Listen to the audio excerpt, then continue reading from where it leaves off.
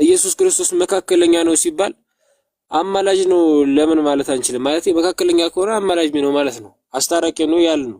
አስታራቂ ማለት ደግሞ አማላጅ ማለት ነው። እንደዛ ነው ማስበው። ኦርቶዶክስ እስካሁን እንደዚህ መካከለኛ ነው ምናምን ተብለን አናውቅም። ፖስት ኦፊሶች ሰምታችሁታል በእርግጠኝነት እና ከዚህ በፊት እሱ ሹመት እናንተ ጋር የለምና እንዴት ነው እሱ ነገር የሚታየው? እንደ የሐዋርያት የነቢያት ከዛ ወንጌላውያን አስተማሪዎችና መጋቢዎች የሚል እንትን ይናገራልና እነሱ ነገሮች እናንተ ጋር የሉምና ለምንድን ነው የሌሉት? ሰላማችሁ ይብዛ። እንግዲህ አንድ ጥያቄ ነበረኝ። አኪኒ ኢየሱስ ማንም አጋዥ ያለ ማንም ጣልቃ ገብነት ብቻውን ሊያድን ይችላል ታምናለህ? እስቲ ኢየሱስ ክርስቶስ ያለ ማንም አጋዥ ብቻውን ሊያድን ይችላል? ያለ ማንም አጋዥ ማለት ምን ማለት ነው? እሺ ብቻውን ሊያድን ይችላል ያለ ማንም ያለ ቅዱሳን አማላጅነት? አዎ እንዴ በሚገባ ለምን አይችልም? አይ እኔ አሁን ብቻውን ምናምን የሚሉ ቃላትን ስንጠቀም ምን ሊመስል ይችላል? አሁን ይሄ ሉተራኖቹ ጸጋ ብቻ ብለው ሲጀምሩ ጸጋ ብቻ የሚሉት የኛ ነፃ ፈቃዳችንንም ወደ ጎን በማድረግ ነው። እኛም አናስፈልግም መዳናችን ላይ ማለት ፈቃዳችን አያስፈልግም፣ በቃ ራሱ መጥቶ እንደዚሁ ለውጡን እንድናምን ያደርገናል ስለሚሉ እንደዛ ጠርጥሬ ነው እንጂ ክርስቶስ በራሱ ነው ያዳነን። ኦፍኮርስ ሲያድነን ግን ማለት ነው ሲያድነን በዚህ በድህነት በሚያድነን ወቅት ላይ የተጠቀማቸው ነገሮች ሊኖሩ ይችላሉ። ኦፍኮርስ ግን ያዳነን ግን በራሱ ነው፣ ምንም አጋዥ ሳያስፈልገው። ምንም አጋዥም አያስፈልገውም። ጌታ ለማዳን አጋዥም አያስፈልገውም። እና እንደው ነገሩን እንትን ባንል መልካም ነውና ኢዮባ ቅድም እንዳልኩ አሁን ቃዶስ ሲገባ ጥሩ ነበር። እንደው መጽሐፍ ቅዱስ ለምሳሌ መጽሐፍ ቅዱስ ላይ የያዕቆብ መልእክት ላይ ይላል አይደል? ሽማግሌዎች ላይ ካህናት ይጸልዩለት ኃጢአትም ሰርቶ ከሆነ አይደል ጌታ ኃጢአቱን ይቅር ይለታል። በእነዛ ካህናት ጸሎት፣ በሽማግሌዎች ጸሎት። ኦኬ ብዙ የምንጠይቃቸው ጥያቄዎች አሉ። የቃላት ጨዋታ ከሆነ የተፈለገው ነገር ግን ክርስቶስ ኢየሱስ እንደው ብቻውን ያድናል ሲባል ይህ ንጽጽርም ይመስላል። ጌታችንን ፍጹም አምላክ ፍጹም ሰው የሆነው ክርስቶስ ኢየሱስን የሆነ ከሌሎች ፍጡራን ጋር የማወዳደር አይነት ነገር እንደዚህ አይነት እምነት ቤተክርስቲያን የላትም። በፍጹም አይወዳደሩም። ራሱ ኦኬ አይወዳደሩም። ለውድድርም የሚቀርብ ነገር አይደለም፣ ለንጽጽርም የሚቀርብ ነገር አይደለም። እና የማይወዳደሩ ነገሮች ባናወዳደር መልካም ነው። ኦኬ የክርስቶስ ኢየሱስን የማዳን ስራ እንደተባለው ሁሌ ከቅዱሳን ምልጃ ጋር ባንደባለቀው መልካም ነው። የቤዛነቱን ስራ ከቅዱሳን አማላጅነት ጋር ባንቀላቅለው መልካም ነው። ኦኬ ባንቀላቅለው መልካም ነው። ከዚህ አንጻር ነው ወንድሞች ሐሳብ መጨመር የምትፈልጉ ወንድሞች ሐሳብ ምናምን ጨምሩ። ቀጥሉ ጋይስ። ይቅርታና ጋዲ ከምን አንጻር መሰለ እንትን ልል የፈለኩት ይቅርታ ዮሐዲ ትቀጥላል። አንድ ነገር ብቻ ለማንሳት ለምሳሌ ይህን ጥያቄ ሲጠይቅ ቅዱሳን ሲያማልዱ ኢየሱስን ማለት የኢየሱስን ማዳን እየተጋሩት ነው ብሎ ካልተረጎመ እኛ ጋር መጥቶ ኢየሱስ ብቻውን ያድናል ያለ ማንም አጋዥነት ያለ ቅዱሳን ምልጃ ብሎ መጠየቅ አይገባውም ነበር። ቀደም እንዳነሳው ያዕቆብም ላይ እንዲሁም ጢሞቴዎስ መልእክቱ ላይ ጳውሎስ ምልጃ ስለ ሰዎች ሁሉ ይደረግ ብሎ ሲል ኢየሱስን ማገዝ ነው ተብሎ ነው የሚተረጎመው። የነሱ ምልጃ ኢየሱስ ብቻውን ስላላዳነ ነው ቅዱሳን ምልጃ እንደው ይጨመርበት የተባለው። ያንን እንደዛ ካልተረዳው እኛ ጋር ሲመጣ ለምንድነው እንዲመረዳት የፈለጉት? አያችሁ የሆነ ፖለቲካ ነክ ነገር ነው ይሄ። የመረዳት የመማማር ምናምን አይደለም ጉዳያቸው። የሚመጡበት ኢንቴንሽናቸው ትክክል አይደለም። ያ ነገር ነው እኔ እንደው እንትን የሚለኝና ከዛ አንፃር ነው። እና ቆንጆ ነው። ቃሉት ያሰማልን። ቀጥል ይዋዴ። አንተ የሚገርም ነው እግዚአብሔር። እኔ ልለው የነበረው ነው ኢዮባ ያነሳውና አሁን በሱ ቤት ምንድነው ሐሳቡ? ኦኬ ክርስቶስ ብቻውን ያድናል ያለ ምንም አጋዥነት ምናምን አለና ምን ማለት ነው ሲባል ያለ ቅዱሳን አማላጅነት። ኦኬ እኛ አሁን ቅዱሳን ያማልዳሉ ስንል ክርስቶስን ያግዙታል ማለታችን ነው እንዴ? ምን አመጣው? ያለ ቅዱሳን አማላጅነት ሊያድን ይችላል ወይ? ምን ማለት ነው? እያገዙት አይደለም እኮ ሲጀመር እነሱ ራሱ የሚጸልዩት ወይም ደግሞ የሚለምኑት ክርስቶስ ራሱም ነው። በራሳቸው ማድረግ ስለማይችሉ ነው ይለምናሉ ያማልዳሉ የምንለው። ራሱ ክርስቶስ ስለአዳኙ እሱ ስለሆነ ከእርሱ ተለይተው ምንም ስላልሆኑ እነሱ ራሱ ማለት ከክርስቶስ የተለየ ባይዘው ሲጀመር ቅዱስም ሊሆን አይችልም ምልጃ ራሱ ወዴት ሊያደርሱ ይችላሉ? ወደ እሱ እኮ ነው። አዳኙ እሱ ስለሆነ እኮ ነው። ያማልዳሉ ስንል እነርሱ በራሳቸው ስለማይችሉ ወደ ጌታ ይጸልዩልናል፣ ማዳን ወደሚችለው ወደ ክርስቶስ ያደርሱናል፣ ይለምናሉ ወደ እሱ እያለን እኮ ነው እንጂ ክርስቶስ እንዲሰራ የእነሱ ምልጃ በሌላ በኩል የክርስቶስ ስራ በዚህ በኩል አድርገው ሁለት ተፎካካሪ ነገሮች አይደሉም። ኦኬ ክርስቶስ ኦፍ ኮርስ መድኃኒቱ የመድኃኒቱ ስር ምንጭም መድኃኒትም እሱ ራሱ ነው። ቅዱሳንስ ምንድን ናቸው? ወደ መድኃኒቱ የሚጸልዩ መድኃኒቱ ይቅር እንዲለን ወደ እሱ የሚያቀርቡን ናቸው እንጂ ራሳቸው የቻሉ ሌላ መድኃኒቶች በፍጹም አይደሉም ቅዱሳን። እንደዛ ቢሆንማ አማላጆችም ባልተባሉ ነበር። ኦኬ አማላጆች ባላልናቸው ነበረ ማለት ነው። ስለዚህ መድኃኒቱ ኦፍ ኮርስ ክርስቶስ ነው። ኦኬ በገዛ ደግሞ ያዳንን ቅድም ጋዲም አንስቶታል። ያዕቆብ መልእክት አይደለ? በእነሱ ጸሎት ኃጢአትም ሰርቶ ከሆነ ይሰረይለታል ተብሏል። ያዕቆብ ምዕራፍ 5 ከቁጥር 14 አይደል? አንድ ሰው ቢታመም ኦኬ የቤተ ክርስቲያን ሽማግሌዎች ወደ እርሱ ይጥራ፣ ታሞ ከሆነ ዘይት ቀብተው ይጸልዩለት፣ ከደዌው ይፈወሳል፣ ኦኬ ጌታም ያስነሳዋል ይልና ኃጢአትንም ሰርቶ እንደሆነ ይሰረይለታል ይላል። ኦኬ አሁን የነሱ ጸሎት ለኃጢአቱ ስሬት ክርስቶስን እያገዘው ነው ተብሎ ነው የሚፈታው አይደለም። ወርዛት ማለት ኦኬ ግን ክርስቶስ ጸሎታቸውን ሰምቶ እሱ ራሱ ይፈውሰዋል፣ ይቅር ይለዋል ማለት ነው። ኃጢአት አስወጋጁ መሐሪው መድኃኒቱም ክርስቶስ ራሱ ነው። ግን እነሱ ግን ጸሎት አቅርበው እንዲጸልየው እንዲፈውሰው የሚጠይቁትን ግን ክርስቶስ ራሱን ነው ማለት ነው። ከዚህ አንጻር በደንብ መለየት መቻል አለብን። ምልጃና ኦኬ እነሱ ያለ እነሱ ሊያድን ይችላል ወይ ተብሎ ራሱ አይጠየቅም። ኦኬ እነርሱ ያለ እርሱ ምንም ሊያደርጉ አይችሉም እንጂ ክርስቶስ ያለ እነርሱ እንዲህ ሊያደርግ ይችላል ምናምን ተብሎ ራሱ አይጠየቅም እኮ አምላክ እኮ ነው። ኦኬ አምላክ ያለ እንትና እንደዚህ ሊያደርግ ይችላል ተብሎ አይጠየቅም። እነሱ ግን ያለ አምላክ ሊያደርጉ ይችላሉ ወይ ነው? አይችሉም። ያለ እግዚአብሔር ምንም ሊያደርጉ አይችሉም። ይሄ ሊታወቅ ይገባል። ከዚህ አንጻር የሚታይ ነው ለማለት ነው።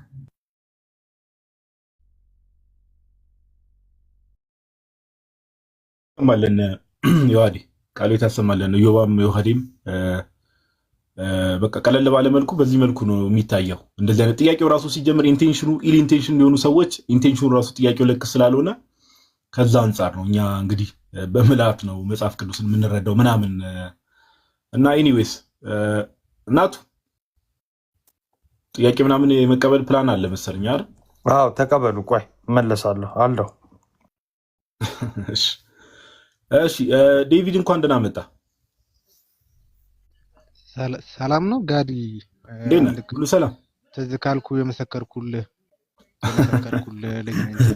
ኧረ አስታውሳለሁ። የመሰከርኩልህ ብለህ ሌላ ነገር ደግሞ እዚህ ሰው ማምለክ ጀመርክ እንዳይሉ የመሰከርኩልህ ስትል እንዴት ነህ? እንኳን ደህና መጣ። እግዚአብሔር ይመስገን አለን። እግዚአብሔር ይመስገን። አንድ የሆነ ቶፒክ ላይ ያነሳው ቶፒክ ላይ ማውራት እንችላለን። ዮሐዲ ማን ነው ስብሩ? ጋዲ ቶፒኩ ምንድን ነው? ሜቢ ዛሬ እየተነሳ ካለው ወጣ ያለው ቶፒክ ሆነ ሜቢ ሌላ ቀን ሉተራን ባነሳው የሉተራን ሀሳቦች ላይ አይ ቲንክ እያነሳበት የነበረው ሀሳብ ፕሪዲስቲኔሽን ላይ ያጠነጠነ ይመስለኛል። እና የሰው ልጆች ነጻ ፈቃድ ምናምን ባይዞ ኦገስበርግ ኮንፌሽንም ላይ አለ ነው የተናገረው ማለት ነው። አስተማማለሁ አይደል? በደንብ ተሰማለ። አሁን እንዴ መሰለህ አይ ቲንክ ናቱም ቤቱን የከፈተው ጥያቄዎች ምናምን እንትን ለማለት ስለሆነ አሁን እሱ ሰፋ ያለ ሀሳብ ነው መጽሐፍትንም እየገለጠ ምናምን ማየት ስለሚኖርብን እዛ ላይ ጥያቄ ኖሮክ ነው ወይስ እንዴት ነው? ስላልገባኝ ነው።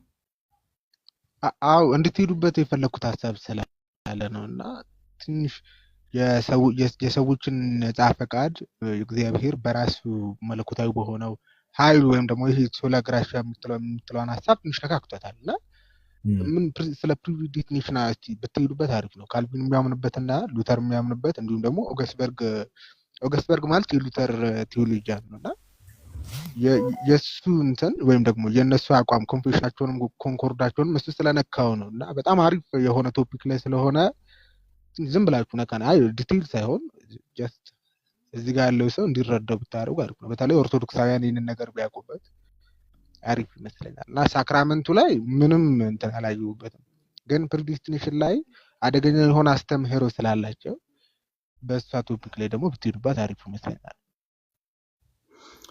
እንትን እኔ ሜቢ እንደ ሀሳብ ጥሩ እንትን ነው።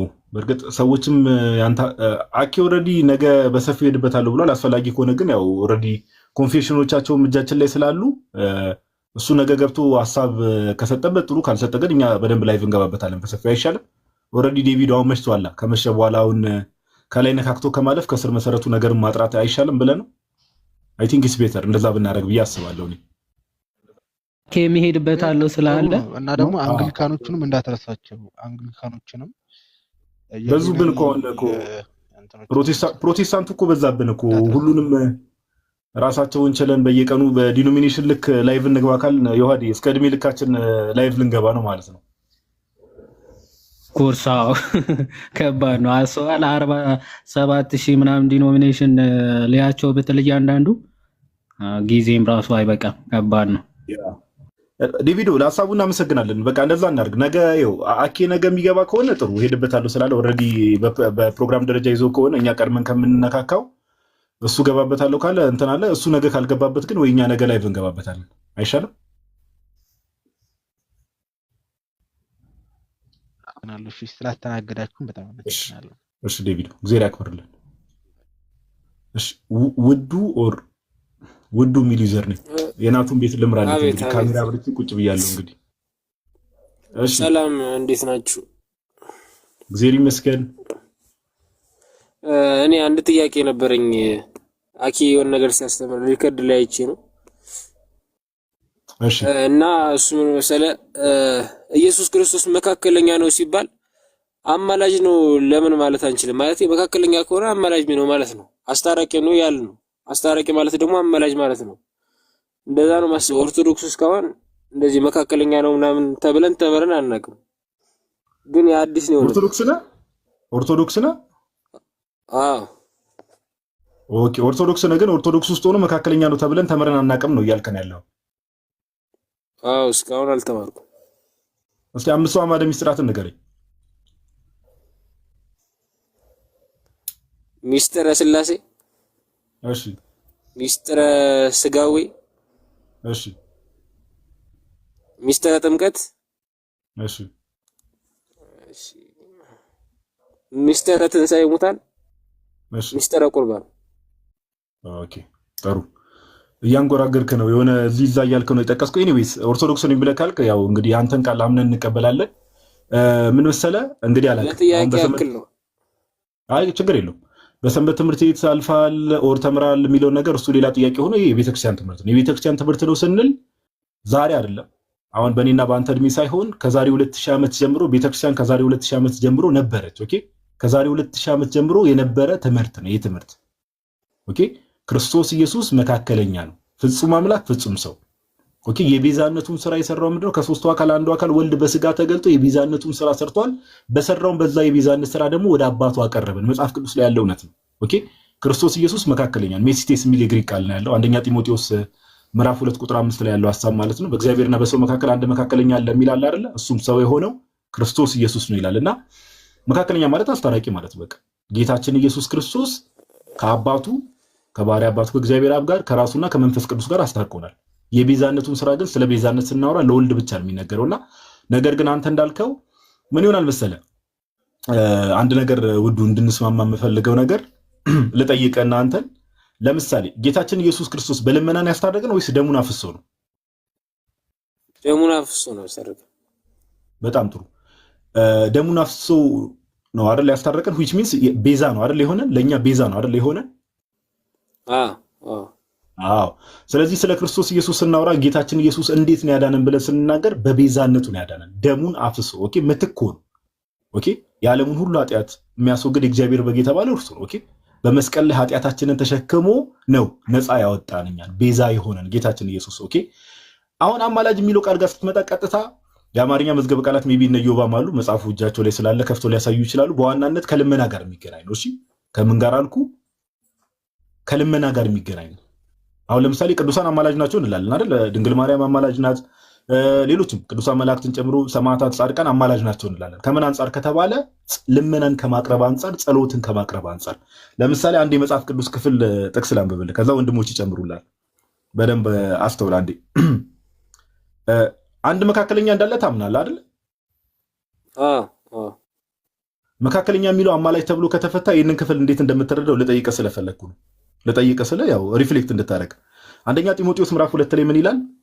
አንደኛ ጢሞቴዎስ ምዕራፍ 2 ከቁጥር 1 ጀምሮ። እሺ አንደኛ ጢሞቴዎስ ምዕራፍ 2 ከቁጥር 1 ጀምሮ እንደዚህ ይላል፣ እንግዲህ እግዚአብሔርን በመምሰልና በጭምትነት ሁሉ ጸጥና ዝግ ብለን እንድንኖር ልመናና ጸሎት፣ ምልጃም ምስጋናም ስለ ሰዎች ሁሉ ስለ ነገስታትና ስለ መኳንንቱም ሁሉ እንዲደረጉ ከሁሉ በፊት እመክራለሁ ካለ በኋላ ሰዎች ሁሉ ሊድኑና እውነትን ወደ ማወቅ ሊደርሱ በሚወድ በእግዚአብሔር በመድኃኒታችን ፊት መልካምና ደስ የሚያሰኝ ይህ ነው ይላል ጳውሎስ። ምልጃ ስለ ሰዎች እንዲደረግ አሳስባለሁ ይላል አይደል? እግዚአብሔር ደግሞ ደስ ይለዋል በዚህ እያለ ነው አይደል ጳውሎስ?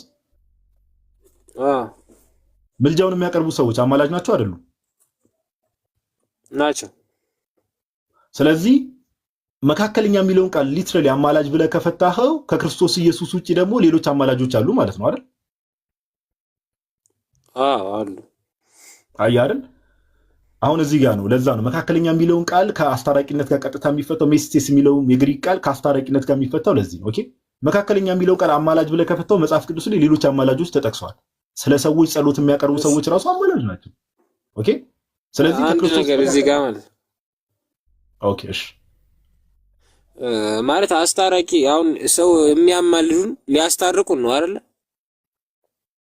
በቤዛነት ክርስቶስ ማስታረቅ። ለምሳሌ ቀላል ምሳሌ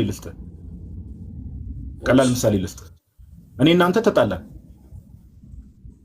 እሺ ኖርማል ጥል ማለት ነው። ኖርማል ጥል ኦኬ ኖርማል ጥል። ቆይ አንድ ቀለል ያለች ምሳሌ መጨረሻ ላይ እሰጥሃለሁ ልዩነቱን። እኔ እናንተ ስንጣላ ለምሳሌ የሆነ ሰው ለምሳሌ ውሃ መሀል ላይ ገባና እባካችሁ ታረቁ ብሎ ሊያስታርቀን ይችላል አይደል? ይሄም ማስታረቅ እኮ ይባላል አይደል?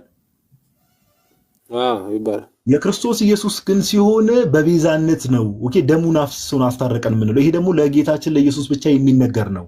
መካከለኛ የሚለው ቃል ከዛ አንጻር ነው። ብቸኛው መካከለኛ ተብሎ ለጌታችን ለኢየሱስ የሚነገረው ከዚህ አንጻር ነው። ኦኬ እና እየተባለ የነበረው ማለት እየተማርን የነበረው የማስታረቁን ስራ ጨርሷል፣ አሁን ለፍርድ ነው የተቀመጠው ምናምን ነበር የተባለ ነበር።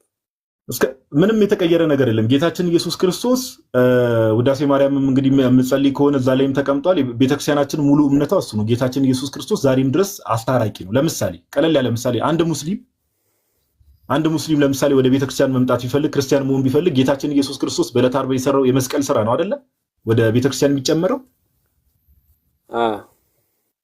ስለዚህ በክርስቶስ ኢየሱስ የማስታረቅ ስራ ነው አይደል ወደ እግዚአብሔር የሚቀርበው ዛሬም ድረስ።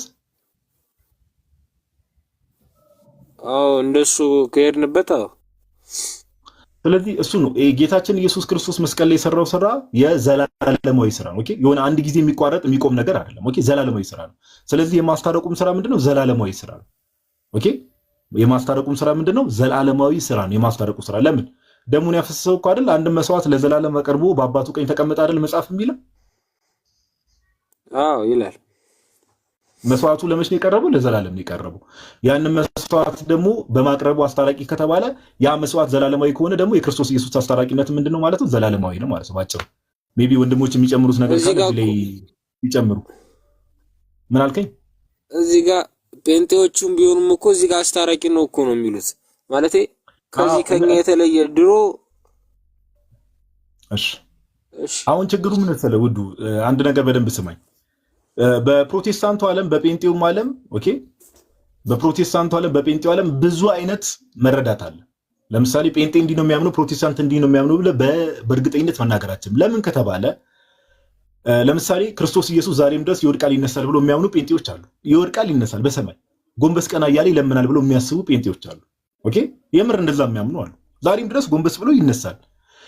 ደግሞ ሊትራሊ አሁን ለምሳሌ እኔ ጸሎት እንደማቀርበው ዛሬም በሰማይ ክርስቶስ ኢየሱስ ጸሎት ሊትራሊ ቃላዊ ጸሎት ይጸልያል፣ እንደዚህ አይነት ልመና ይለምናል ብሎ የሚያምኑ አሉ። ኦኬ ስለዚህ የተለያየ ነው። ወድቆ ጎንበስ ቀና ይላል። ዛሬም ድረስ ቃላዊ ጸሎት እንደዚህ አይነት ሊትራሊ ይሆናል አይደለ? ቃላዊ ጸሎት ይጸልያል ብሎ የሚያምኑ ስላሉ ጴንጤው እንዲህ ነው የሚያምኑ ብለ በእርግጠኝነት መናገር አችልም። ነገረ ክርስቶስ ላይ ብዙ አይነት መረዳትና ብዙ አይነት የተለያየ እምነት ስላላቸው ጴንጤዎች እንዲህ ነው የሚያምኑት ብለ ባይሆን የሆነ ዲኖሚኔሽን እንዲህ ነው የሚያምነው ብለህ መናገር ትችላለህ። እና ጴንጤ ብለህ በጴንጤ ውስጥ ብዙ አይነት ትምህርትና ብዙ አይነት ዲኖሚኔሽን ስላለ እንዲህ ነው የሚያምኑት ብለህ በእርግጠኝነት መናገር አትችልም። እሺ ለሌላ ጊዜ ስለ ጴንጤው ስታወራ። ነገር ግን የቤተክርስቲያናችን ትምህርት ይሄ ነው። በቃ የኛ የቤተክርስቲያን ትምህርት ምንድነው? የክርስቶስ ኢየሱስ ዛሬም ድረስ አስታራቂ ነው። ለምን? አንድ መስዋዕት ለዘላለም አቅርቦ በአባቱ ቀኝ ተቀመጠ እንደተባለ ያን መስዋዕት ማቅረብ አስታራቂ ካስባለው ያ መስዋዕት ዘላለማዊ ከሆነ ደግሞ ክርስቶስ ኢየሱስም የማሳረቁ ስራ ዘላለማዊ ነው ማለት ነው። ስለዚህ እሱ ለዘላለም አስታራቂ ተብሎ ይጠራል። ዛሬም እዚህ ጋር እሺ በቃ ወንድማችን በቃ ከአንድ ሰው ጋር ቀጥል።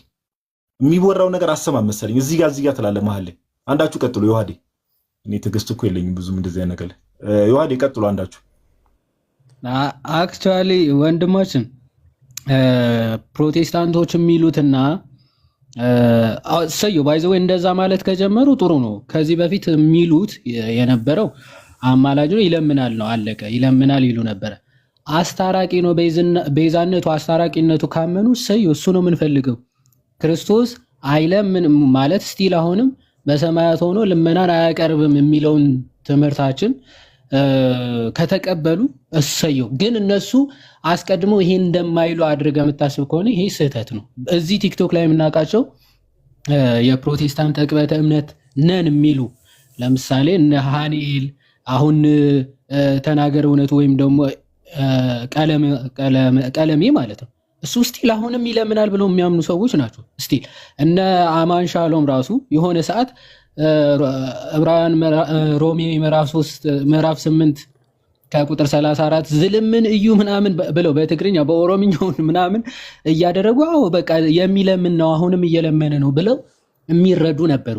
ግን ወደዚህ አሁን ማስታረቁ ነው የቤዛነት ስራው ነው ዘላለማዊ እንደሆነ እናምናለን ወደሚለው መረዳት ከደረሱ ግን እሰየው፣ በጣም መልካም ነው። ታዲያ ይሄ እንዲመጡ እኮ ነው ይሄን ዕውቀት እንዲይዙ ወደዚህ መረዳት እንዲደርሱ ነው የምንሰራው እኮ።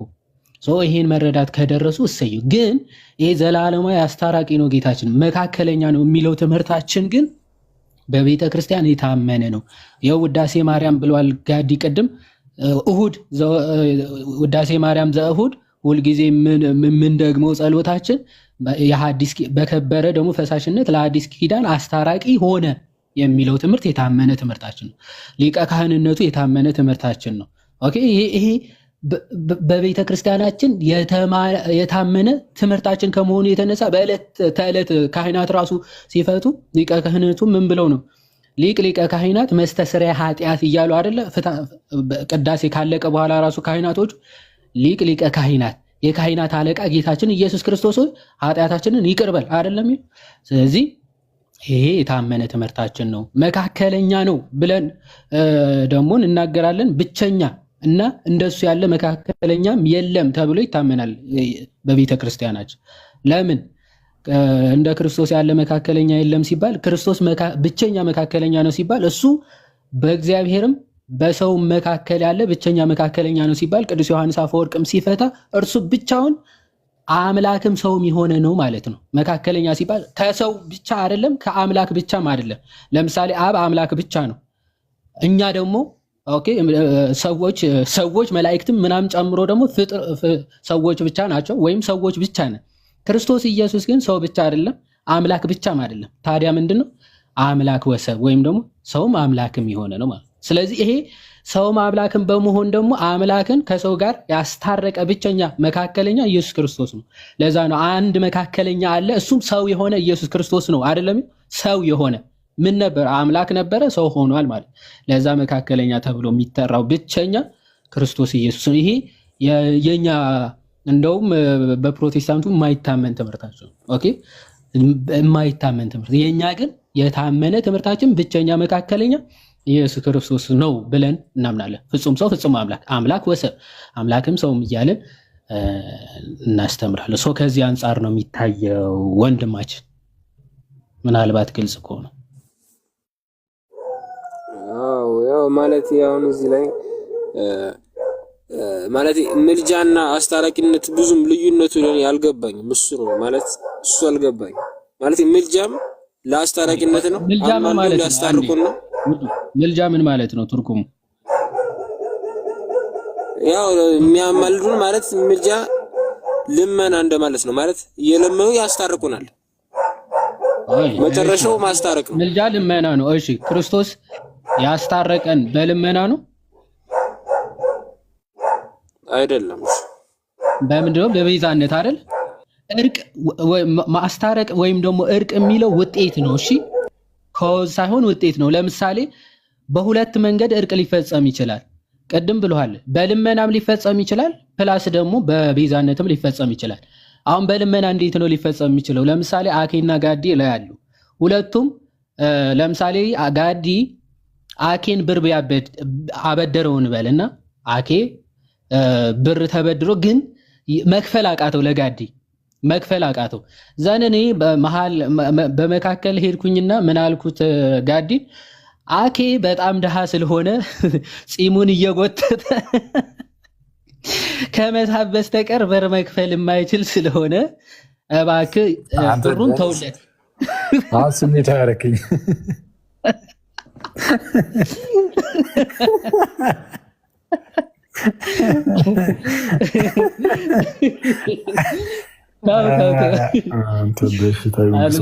እና እንደዛ ነው። ስለዚህ ብር ስለሌለው በቃ ተውለት ብሩን እና ተውለት ብዬ ለምኞ ጋዲ ከዛ በኋላ በቃ ሽትቼለታለሁ ብሎ ሁለቱም ቢታረቁ ያ መክፈል አቅቶት የነበረው ካልከፈልክ ምናምን እያለ ጋዲ ሲያስጨንቀው የነበረ በቃ ትቼለታለሁ ብሎ ቢስማሙ ኦኬ፣ ውጤቱ እኔ አለምኜ መሃል ላይ አስታረቋቸው ማለት ነው። ጋዲ ተው በቃ ይሄ መክፈል ስለማይችል ነው ብዬ ለምኜ አስታረቁ። እርቁ ውጤቱ እርቅ ነው። አሁን ደግሞ እዚህ ጋር መካከለኛ ሆንክ ማለት አልጨረስኩም። ከዛና ከሱ ላይ አንዴ አልጨረስኩም። አሁን ደግሞ በአንጻሩ ደግሞ ምን አደረግኩኝ? አሁን ጋዲ አምጣ እያለ አኬን እያስቸገረው አይደለ? ስለዚህ በቃ የተበደረውን ብር በሙሉ ከፈልኩኝና ለጋዲ ይኸው የእሱ ዋጋ እኔ ከፍዬለታለሁ።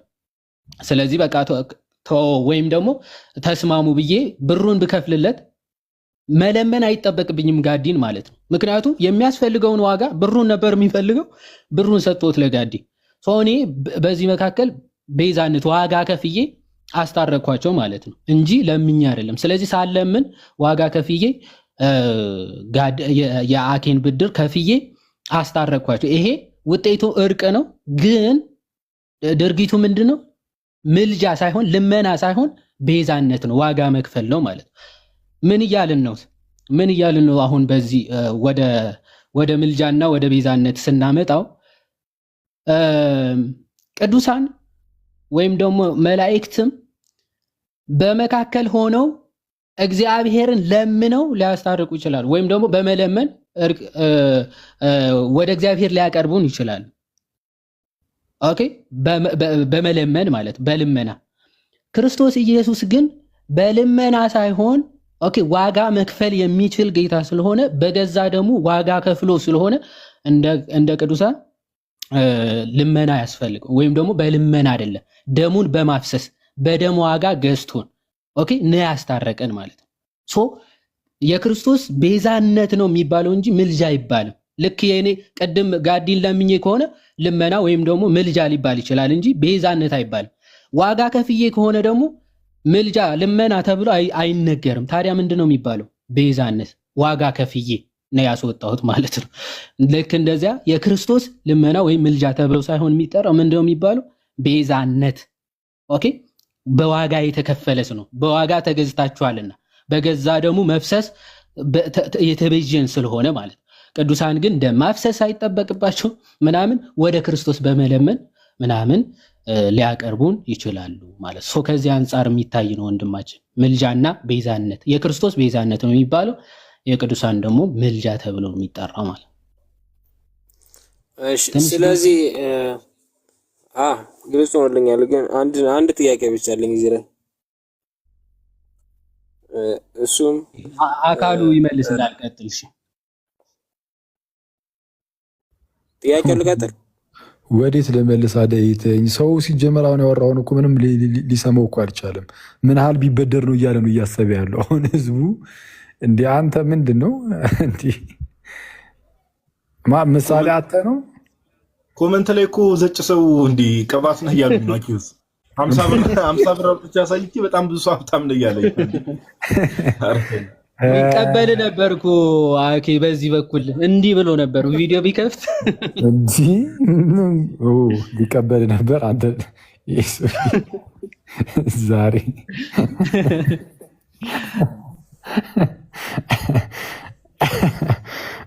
ምንም ማለት መቼስ። እሺ አሁንም አልገባውም ወንድማችን። የመጨረሻ ጥያቄ ገብቶኛል። ችግር የለም እስኪገባ ድረስ ጠይቅ፣ ችግር የለውም። ካልሆነ በውስጥ ምናምን ነገር መጠየቅም ይቻላል። ችግር የለም መጠየቅ።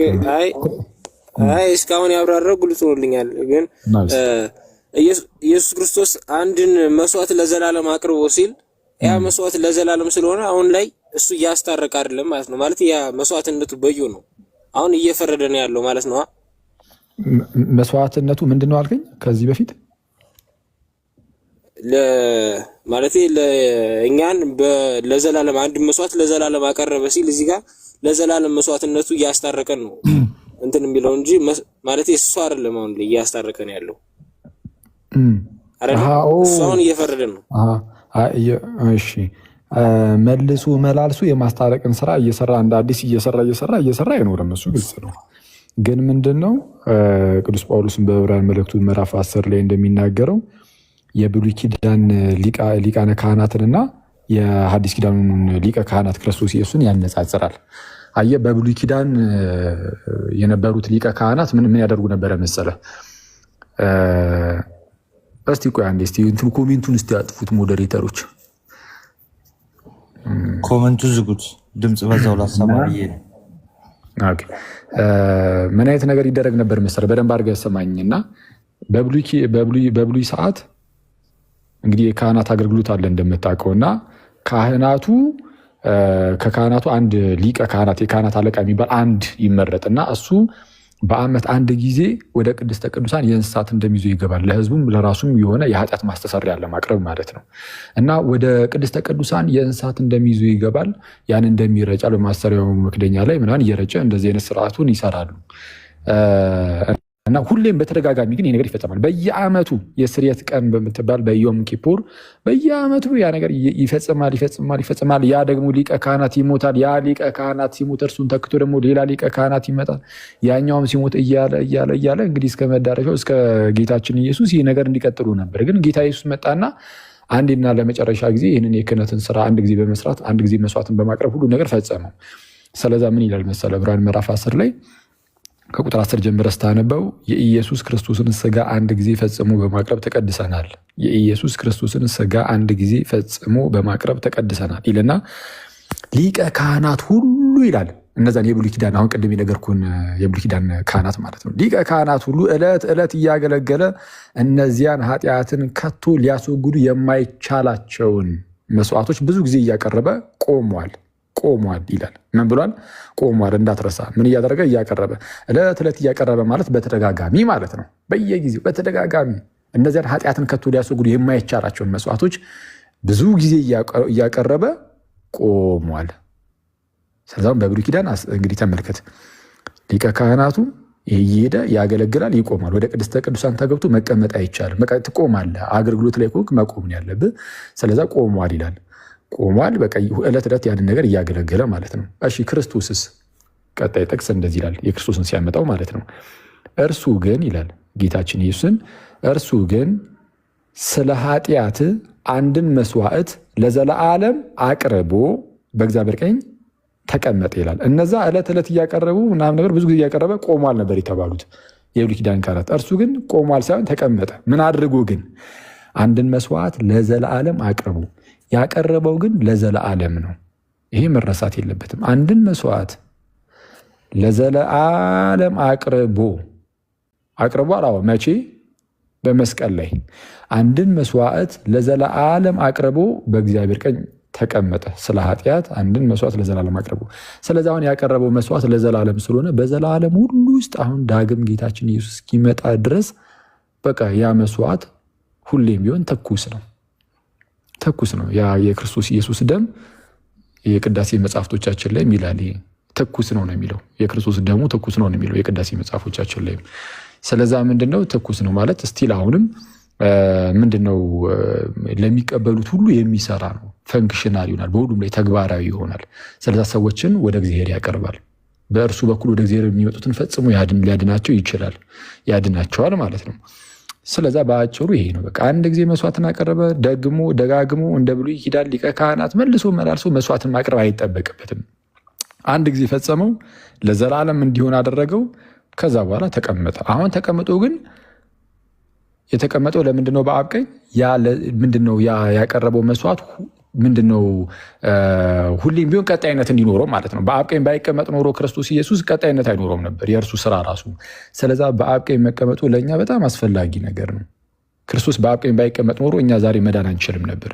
ኢቨን በክርስቶስ ስራ ራሱ ማለት ነው። አሁን በአብ ቀኝ ባይቀመጥና በህይወት የማይኖር ቢሆን ኖሮ ክርስቶስ ዛሬ ድረስ የክርስቶስ የማዳን ስራ ባልቀጠለ ባልመጣ ነበርና፣ ግን ክርስቶስ በአብ ቀኝ ተቀምጧል። ስለዚህ ያ የማዳን ስራው የማስታረቅ ስራው በቃ ይቀጥላል ማለት በተደጋጋሚ እየተደረገ ሳይሆን አንድ ያደረገው ለዘላለም ስለሆነ ለዘላለም እንዲሆን አድርጎ ስላቀረበው እንዳይረሳ። አንድን መስዋዕት ለምን ያህል ጊዜ አቅርቦ ነው የሚለው? ለዘላለም አቅርቦ።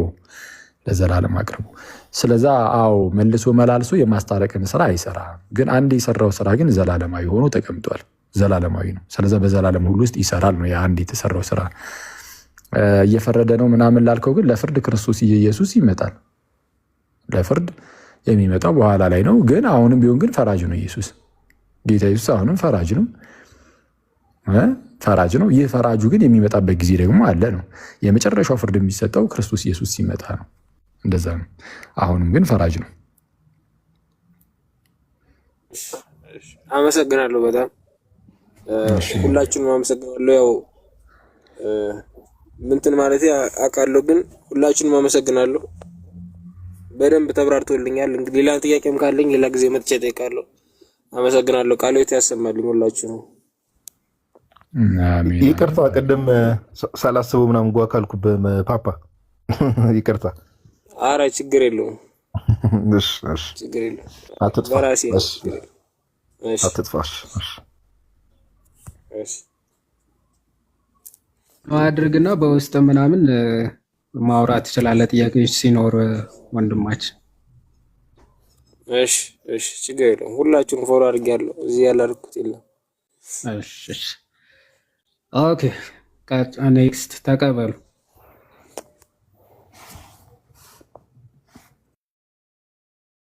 ግን አውራ እንዳይዘጋ እንትኑ ድምፅ ያሰማ። እሺ እንዴት ናችሁ? ቃልዎት ያሰማልን። ኤኤሲኤች አቤት፣ እንኳን ደህና መጣ። አኬ ዮባ ምናምን አላችሁ? አለን፣ እግዚአብሔር ይመስገን። እናቱ በእንቅልፍ ልብ ነው እንደምታወራው ፓፓ? እንዴት? ኧረ አይደለም። ድምፅ ይፈራብሽ እንዴ? ገስት ላይ ያለ ሰው አይታየም? ገስት ላይ ያለ ሰው አይደለም። ኧረ ያላወራ ሰው ካለ እድል ልስጥ መጀመሪያ ብዬ ነው። ፓፓ አኬ እኮ ነው እስካሁን ሲያወራ የነበረው። ብድር ያለበት ሰው እኮ ከባድ ነው። ዋዲ እቺን ዋት ያያት ስልኩ አኬ አለ እድል ልስጥ ይለዋል። አኬ ነው እስካሁን ውርደት አልነበረም እኮ አንተ ጀግና። ከባድ እኮ ዮሐዲ 80 ሺህ ገባሽ እንዴ? ኧረ 80 ገባው። ዋው ኬክ እንቆርሳለን በቃ ነገ። ለ120 ነው አይቀረሽ እና 20 ቀረ። ሰሞኑን ይገባል። ከ79 80 ለመድረስ ስንት ዓመት እንደፈጀብኝ ነው። ሰባማ አይታለፍም የምር። ሰባማ የሆነ ነገር አለው። እሰይ እንኳን አተታች ጋዲ ብር ሰጣ አኬ መቼ ሰጣ። ሰባማ የሆነ ነገር አለው። ነጉ እዚህ መጥተህ መኩ እባክህ ወይ ሰፈር ቀየር። ከኮይ ውጣ እንዴ! በሄድንበት እየተከተለ ኔትወርካችን ምንድን ነው? በብላክ ገባች ደግሞ ቪዲዮ ከፍቷል። እሺ አንዴት ያቄን እንትን ማለት ይችላል። እሺ ወንድማችን ቀጥል። እሺ አንድ ምናምን ጥያቄ አይደለም ያለኝ፣ አንድ አራት ምናምን ይሆናል ቢበዛ 5 እንደዛ ነው። እስቲ እያየን እንትን እንላለን። ቀጥል፣ ችግር የለም። እዚህ ሙሉ ትምህርት እሺ መጀመሪያ ምንድነው ስለ ማርያም ነውና ምንድነው ማርያም ምንድነው ንጽሕት ነች ትላላችሁ አይደለ?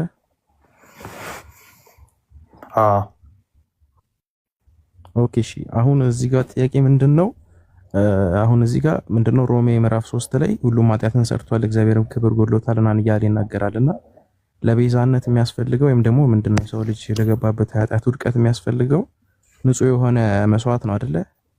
እና ማርያም ያንን የቤዛነት ስራ መስራታችንም እንዴት ነው ክርስቶስ የሚያስፈልግ ከሆነ ክርስቶስ ማለት ያው ንጽህናው ነው አይደለ? ቤዛነት ስራ እንዲያቀርብ ያደርገው የመስዋዕት በግ እንዲሆን ያደርገው ዘን ከዛ ደግሞ ለክርስቶስ ደግሞ ማርያም ክርስቶስ ንጹህ ሆኖ እንዲወለድ ማርያም ንጹህ ሆና መወለድ ነበረባትና ያ አይ ቲንክ እንደዛ መሰለኝና የምትሉት ሚስኮንሰፕሽን ካለ አይ ዶንት ኖ ታስተካክሉኛላችሁና ያ ነገርን መስራት አትችልም ነበር ቤዛነቱን። ጥያቄን ከተረዳችሁ የመጀመሪያው ጥያቄ እሱ ነው።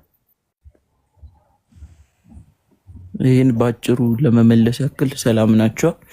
ማርያም ንጽህነቷ ያለ ክርስቶስ ምን እንደሆነ ቅድሚያ ያስረዳል።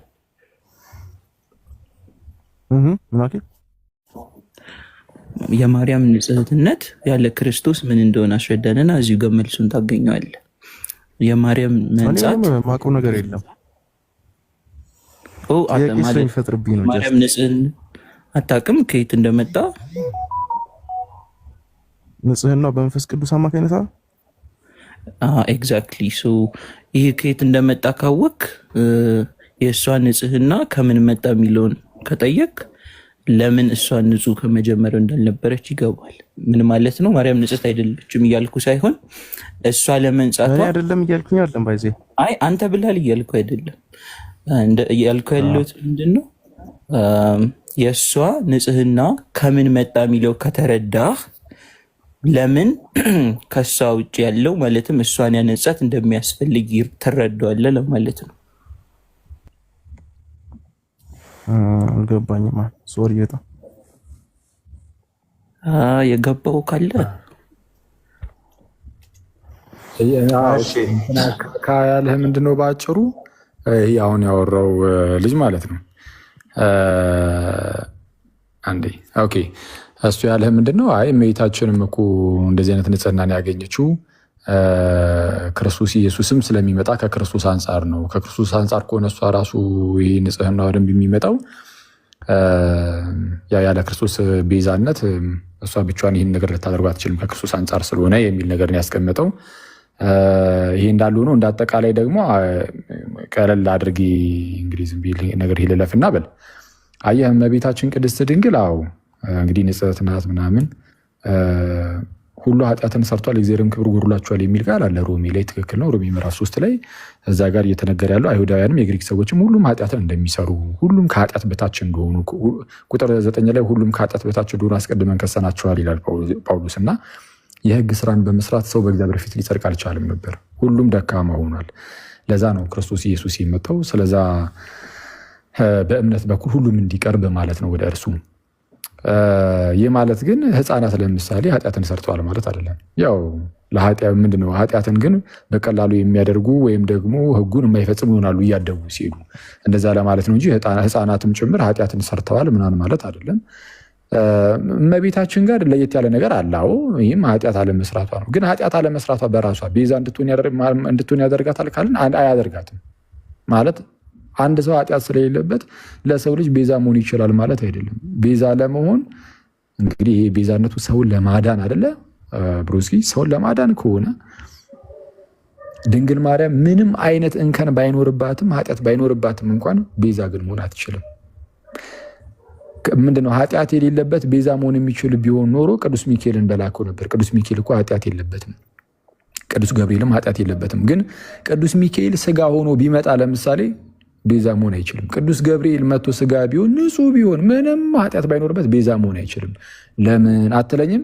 ቤዛነት ክፍያነትም ጭምር ነው። እኛ ማለት ስለ እኛ ነው የቤዛነት ስራ የሚፈጸመው እና ሰው በእግዚአብሔር ዘንድ ኃጢአትን ሰርቷል። ተመልከት፣ እግዚአብሔር የማይወሰን አምላክ ነው። ውስን አይደለም፣ የማይወሰን ነው። በዚህ በማይወሰነው አምላክ ፊት ኃጢአት ሲደረግ የሚያስፈልገው ካሳ ምን አይነት ካሳ ነው? የማይወሰን አይነት ካሳ። ድንግል ማርያም ውስን ሰው ናት። ውስን የሆነች ሰው ምንም እንኳን ንጽሕት ብትሆን የማይወሰን ካሳን እንዴት አድርጋ ማቅረብ ትችላለች? አትችልም። የማይወሰን ካሳን ማቅረብ የማይችለው የማይወሰን ካሳን ማቅረብ የሚችለው የማይወሰን አምላክ ብቻ ነው። በደንብ አድርገህ ስማኝ። ኃጢአታችን በማይወሰን በእግዚአብሔር ፊት ነው። ለእግዚአብሔር ካሳን ማቅረብ ከፈለክ የማይወሰን ውስን ያልሆነ አይነት ካሳ ነው የሚያስፈልገው ለእግዚአብሔር። ውስን ያልሆነ ካሳን ወይም የማይወሰን ካሳን ማቅረብ የሚችለው ደግሞ ማን ነው? ራሱ የማይወሰነው አምላክ ብቻ ነው ይህን ማቅረብ የሚችለው። ስለዛ ምን አደረገ? ይህ የማይወሰነው ጌታ እርሱም የእግዚአብሔር ቃል የተባለ መድኃኒታችን ኢየሱስ ስጋ ሆኖ መጣ። ስጋ ሆኖ መጣና ይህ የማይወሰነው ጌታ ውስን የሆነ ስጋን በመያዝ የማይወሰን ስራን ሰራ። የማይወሰን መስዋዕትን በአብ ፊት አቀረበ። ስለዚህ ለሁላችን የኃጢአት ማስተሰሪያ መሆን ቻለ። ምክንያቱም እርሱ የማይወሰነው አምላክ በስጋ ተገልጦ ነውና። እመቤታችን ግን የማትወሰን አምላክ አይደለችም።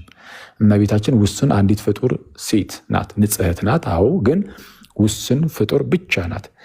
ጌታችን ግን የማይወሰን ስለሆነ እርሱ መስዋዕት አድርጎ ያቀርበው ዘንድ ይህ የማይወሰነው ጌታ ስጋን የራሱ አድርጓልና፣ ስለዚህም ይህንን ቅዱሱን ስጋውን መስዋዕት አድርጎ በማቅረብ ደሙን በማፍሰስ የማይወሰን የሆነ መስዋዕትን አቀረበ። በዚህ ውስጥ ነው ቤዛነት የሚሰራው። ተረተዋል? እሺ፣ ዋው፣ እሺ፣ ያስኬዳል። ሁለተኛው ጥያቄ ደግሞ እዚሁ አክቹሊ እኔ ባይዜ በማርያም ንጽህና እንታምናለሁ፣ ግን ያው የቤዛነቱ ጉዳይ ትንሽ አጠያቂ ስለሆነ ነው።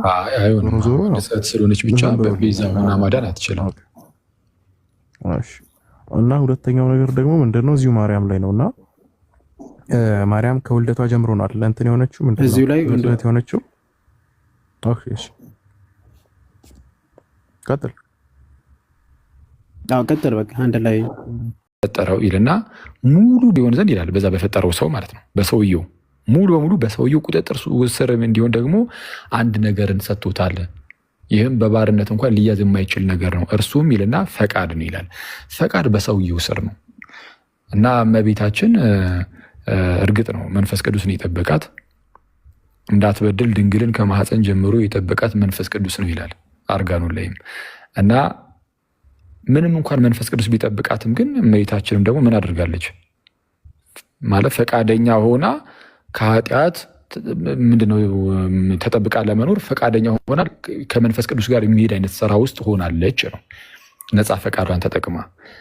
አሁንም ድረስ ቢሆን ጌታችን ለምሳሌ እኛን ይጠብቀናል፣ መንፈስ ቅዱስ እኛን ይጠብቀናል። ኃጢአት እንዳንሰራ የሚረዳ እረኛችን፣ ወደ ክፉ ነገር እንዳንሄድ የሚጠብቀን እርሱ ነው። ግን ምንም እንኳን ክርስቶስ እረኛችን ቢሆንም እኛ በጎቹ ብንሆንም እረኛችን ክርስቶስ ስላለ በቃ እሱ ነው የሚጠብቀን። ከኛ ምንም በቃ ኦልሬዲ ምንም እሱ አንድ ጊዜ እረኛችን ስለሆነ ምንም ከኛ ምንም የሚጠበቅ ነገር የለም ማለት አይደለም። የእሱን ድምፅ ሁሌ እየሰማን እርሱን ግን መከተል አለብን። እኛም የሆነ ተኩላ ቢመጣ እረኛችን ክርስቶስ ኢየሱስ ይመልስልናል። አዎ፣ ግን እኛ ደግሞ ፈቃዳችንን ተጠቅመን ከእርሱ ልንኮበልልም እንችላለን። ከእኔ ማንም ሊነጥቃቸው አይችልም ብሎ ጌታችን ተናግሯል አይደለ? ማንም ሊነጥቃቸው አይችልም። ትክክል ነው። የሆነ ተኩላ መጥቶ ዝም ብሎ ሊነጥቀው አይችልም ማለት ሊነጥቀን አይችልም። ከጌታ እጅ ማለት ነው። ከጌታ እጅ ተኩላ መጥቶ ሊነጥቀን አይችልም። ይህ ማለት ግን እኛ በራሳችን ፈቃድ ግን ከእጁ አንወጣም ማለት ግን አይደለም። ልክ እንደዚህ ሁሉ እመቤታችን ኖ ልትል ትችል ነበር ማለት ወደ ኃጢአት ልትሄድ ትችል ነበር እንደ ማንኛውም ሰው፣ ግን አልሄደችም። አዎ የመንፈስ ቅዱስ ጠብቁት በተለየ ሁኔታ አለ። በእርሷ በኩል የሚፈጸም ታላቅ የሆነ ምስጢር ስላለ አንዳንድ ነቢያትን ከማህፀን ጀምሮ መርጬሃለሁ እያለ ይናገራል እግዚአብሔር። ኤርምያስን በኋላ ለምሳሌ መጥምቁ ዮሐንስን ማየት ትችላለህ ምናምን። ከማህፀን ጀምሮ መንፈስ ቅዱስ ወርዶ እንደዛ ምንድነው እግዚአብሔር ሲለያቸው እናያለን በመንፈሱ በኩል ለአገልግሎት ጉዳይ። እመቤታችን ጋር ሲመጣ ግን ከየትኛውም አገልግሎት የማይነጻጸር አይነት አገልግሎት ነው በእሷ ውስጥ ያለውና መንፈስ ቅዱስ ባወቀ እግዚአብሔር ባወቀ አስቀድሞ እርሷን ለዚህ አገልግሎት ይለያታል እና ከማህፀን ጀምሮ መንፈስ ቅዱስ ይጠብቋታል። ግን የእሷ ነፃ ፈቃድ ስላለ ከዛ አንጻር ልንመለከተው ይገባል። ነፃ ፈቃዷን የእሷንም ልናይ ይገባል። ነፃ ፈቃዷን ተጠቅማ መንፈስ ቅዱስ ይጠብቃታል። ልክ እንደ ሮቦት ዝም ብሎ እንደዚሁ የመንቀሳቀስ ጉዳይ አይደለም። እሷም ደግሞ እሺታ አላት። ስለዛ ትታተራለች። አካሄዷ እንደ መንፈስ ቅዱስ ይሆናል ማለት እንደ መንፈስ ቅዱስ ይነሲዝ ከመንፈስ ቅዱስ ጋር ይሆናል። ከመንፈስ ቅዱስ እንደ መንፈስ ቅዱስ ፈቃድ ይሆናል። ያ አሁን ለምሳሌ እሱ ነገር እስከ ወልደቷ ድረስ መንፈስ ቅዱስ ጠብቋታል እንላለን። ፕላስ ደግሞ በህይወቷ ዘመንም ደግሞ እውነት ነው እዚህ ጋር ትልቅ የእግዚአብሔር አጀንዳ ስለሆነ በሷ ላይ ያለው እግዚአብሔር እርዳታውን ይሰጣታል እንላለን። ግን እንዴት ነው አሁን ለምሳሌ ንጽሕት ነች ሲባል አንድ ኃጢአት አልሰራችም ብላችሁ ነው አይደል የምታምኑት? ያ ኃጢአት ማለት በሱ ነገር የማመጽ ነገር አይደለም። እሱ ነገር የግብር ኃጢአት ያ ብቻ አይደል ነው። ሌላም ሊኖር ይችላል። ግን እሱን ነገር እንዴት ነው እንደዛ ማድረግ ትችላለች ማለት ነው? እንዴት ነው ሰው እንደዛ ማድረግ ይችላል? አትችልም። በራሱ አትችልም። በራሱ ሰው ማንም ሰው በራሱ በእግዚአብሔር ላይ ሳያምጽ ዝም ብሎ እንደዚህ መኖር ብቻ ምንም ነገር ሳያደርግ በራሱ ማድረግ አይችልም። ሰው ምን ያስፈልገዋል? የእግዚአብሔር ጠብቆት የእግዚአብሔር እርዳታ ግዴታ ያስፈልገዋል። ስለዛ ለእመቤታችን በጣም በተለየ ሁኔታ በጣም ትልቅ የሆነ የእግዚአብሔር እርዳታ ተሰጥቷታል። ይሄ ካለው አገልግሎት አንጻር ምናምን ለእመቤታችን እግዚአብሔር በጣም ትልቅ የሆነ ጠብቆትን ሰጥቷታል። ለዛ ነው አልኩ ምን የሚለው አርጋኑ ላይም እንዳትበድል ድንግልን ከማህፀን ጀምሮ የጠበቃት መንፈስ ቅዱስ ነው ይላል። መንፈስ ቅዱስ ነው። ስለዛ በተለየ ሁኔታ በራሷ ማድረግ አትችልም። ይህንን ቅድስት ድንግልም አትችልም፣ ማንም አይችልም። ግዴታ የእግዚአብሔር ጠብቆት የመንፈስ ቅዱስ ጠብቆት ያስፈልጋል። ስለዛ መንፈስ ቅዱስ ጠበቃት። አቀባ እምከርሰ እማ ትላል ከማህፀን ጀምሮ ጠበቃት ማለት ነው መንፈስ ቅዱስ። ስለዛ እንደዛ ነው። እሺ ያው ለአሁኑ ያው ማርያም ላይ ያለኝ ኬዝ ያው ጨርሻለሁ ማለት ነው። ይሄ ነበር ሁለት ጥያቄ ነበር የነበረኝ። ወደ ሌላ ቦታ ልሄድ። እሺ ሶስተኛው ጥያቄ ደግሞ ምንድነው ዕብራውያን ላይና ፊልጵስዩስ ላይ ማለት ነው ሁለት ተመሳሳይ ሐሳቦችን ያነሳልና የመቅደሱ ስርዓት ስለ ሕግ ነውና የሚናገረው። እዛ በኋላ ደግሞ ስለ ሰንበት። አሁን ጥያቄ ሰንበት ላይ ነው። የመቅደሱ ስርዓት እውነት ነው እንትን ተብሏል። ግን አሁን እዚህ ጋር ሰንበትን ታከብራላችሁ አይደል? እናንተ ማለት ሰንበት እንዴት እንደሆነ አላውቅም። እንዴት ነው ስለ ሰንበት ያላችሁ እይታ? መጀመሪያ እሱን ክሊር ላድርገው፣ ጥያቄ ስላለኝ ነው። ከዛ እመጣለሁ። እሺ ሰንበት እኛና እናንተ የሰንበት አስተሳሰብ ስለሚለያይ ማለት ነው። እሺ ሰንበት እንግዲህ በአዲስ ኪዳን እውነተኛው ሰንበታችን ክርስቶስ ኢየሱስ ነው። ሰንበት እረፍት ነው እንግዲህ እና ያረፍንበት ማረፊያችን ሰንበታችን መንፈሳዊ ሰንበታችን ጌታችንና መድኃኒታችን ኢየሱስ ክርስቶስ ነው። ስለዚህ ክርስቶስ ሲመጣ ሁላችን በክርስቶስ ያረፍንን በኋላ ደግሞ በዘላለም መንግስቱ ደግሞ የምናርፍ እንሆናለን በፍጻሜ ደረጃ ማለት ነው። እንግዲህ የሁሉም ነገር ኮንሱሜሽን ስለሚመጣ ማብቂያው ስለሚመጣ ሰንበታችን ክርስቶስ ኢየሱስ ነው። ስለዚህም አሁን የሐዲስ ኪዳን ምንድነው የክርስቲያኖች ሰንበት ተብላ የምትታወቀውም እሁድ ናት። ለምንድነው እሁድ የተደረገው? አሁን ጥንት ላይ ሰንበት ሲባል ቅዳሜ ነው። በእሁድ ነው የሚጀምረው ፍጥረት፣ ቅዳሜ ነው። ሰባተኛው ቀን ላይ ቅዳሜ ላይ እረፍት ነው። ስለዚህ አሁን በአይሁዳውያን ዘንድ ብትሄድ ሰንበት ለእነርሱ ቅዳሜ ነው። የክርስቲያኖች ሰንበት የሚባለው ግን እሁድ ነው እንደሚታወቀው። የክርስቲያኖች ከተባለ ማለት ነው። ለምንድነው የክርስቲያኖች ሰንበት እሁድ የተባለው? በአጭሩ ክርስቶስ ኢየሱስ ሞቶ የተነሳባት ቀን ነች። የተነሳባት የትንሣኤ ቀን ነው። ስለዚህ እረፍት ያገኘ ነው በክርስቶስ ትንሣኤ ስለሆነ ክርስቲያኖች እየተሰባሰቡ እሑድ እንጀራን በመቁረስ ወይም ይሄ ቅዱስ ቁርባን ስርዓት በመስራት ምናምን ያሳልፉ ነበረ፣ በምስጋና ምናምን ማለት ነው። ስለዛ እረፍታችን ክርስቶስ ነው። ያረፍነው በእርሱ በትንሣኤው ነው። ስለዚህ የትንሣኤውን ቀን እሑድን እንደዛ ብለን መንፈሳዊ ነገር በማድረግ ትንሣኤውን በማሰብ ምናምን የእኛንም ትንሣኤያችንን ተስፋ በማድረግ የምንውልበት የምናሳልፍበት ይሆናል። የቅዳሜው ከሆነ ግን ያው በብሉይ ኪዳንም የነበረውን እርሱን በማሰብ ቅዳሜን ያንን በማሰብ እናከብሯለን ማለት ነው። ከዛ አንጻር በተለይ ኢትዮጵያ ውስጥ ኦኬ። አሁን እሱን የምታከብሩት ማለት ነው እንዴት ነው? ስራ ባለመስራት ነው? ስራ ባለመስራት ሲባል ስለሰማሁ ስራ ባለመስራት ማለት ምን አይነት ስራ ነው? ያው እንግዲህ መንፈሳዊ ስራ ከሆነ ይሰራል፣ በጎ ነገር ከሆነ ይሰራል። ልክ ጌታችን በአንድ ወቅት እንዳለው ነው ከእናንተ ውስጥ ማለት አይሁዳውያን በጣም ለጥጠው ስለሆነ ነገሩን ይዙ የነበሩት። ለምሳሌ ከእናንተ ውስጥ አንዱ እንስሳችሁ ወይም በጋችሁን ያለው አይሚስ ብቻ አንድ እንስሳ ይጠራና ጉድጓድ ውስጥ ቢገባ በዛን ቀን በሰንበት ቀን ማለት ነው ሰንበት ስለሆነ አላወጣም እኔ እንደዚህ ነገር አልነካም ብላችሁ ትተውታላችሁ ያለ አይተውትም። ያወጣ ሄደው ይሰራሉ፣ ያወጡታል።